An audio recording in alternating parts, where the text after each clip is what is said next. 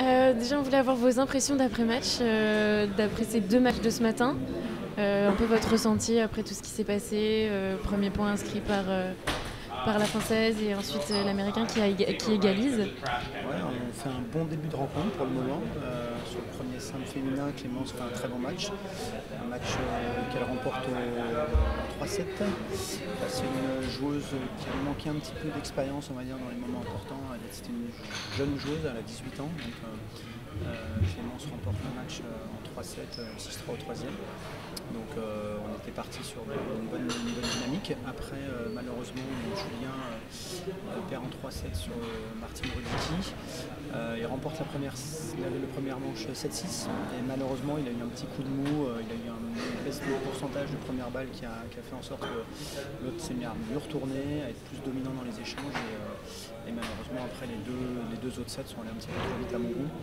Mais il faut féliciter la qualité de jeu de l'Américain qui a été très constant pendant toute la durée du match et qui s'est montré très complet dans tous les compartiments du jeu. Très grosse première, il n'a pas eu une balle de break à sauver pendant tout le match. Et belle qualité du fond de cours, très adroit, très habile, joueur très complet. Très bon match de l'Américain. Et vos consignes pour le reste de la journée, ça va être quoi?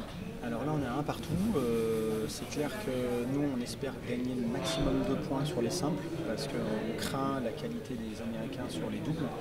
À un moment voilà, on avait été mené 1.0, 1-7 dans le deuxième simple.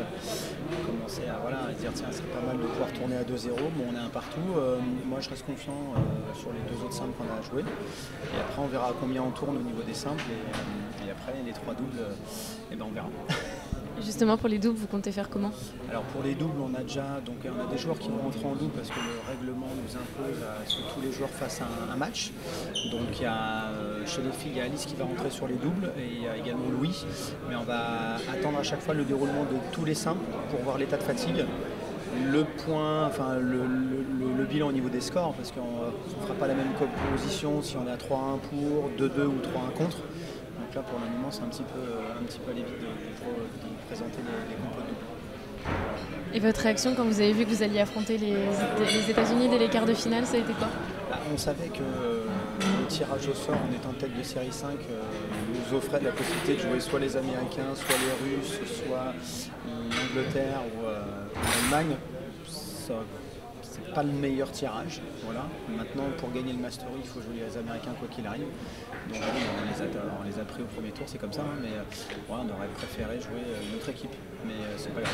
C'est comme ça. Tout à l'heure, Clémence nous disait que c'était peut-être mieux de partir en tant qu'outsider, qu'ils avaient peut-être un petit peu moins de pression. Vous êtes d'accord avec ça? C'est plus facile de jouer avec cette configuration-là.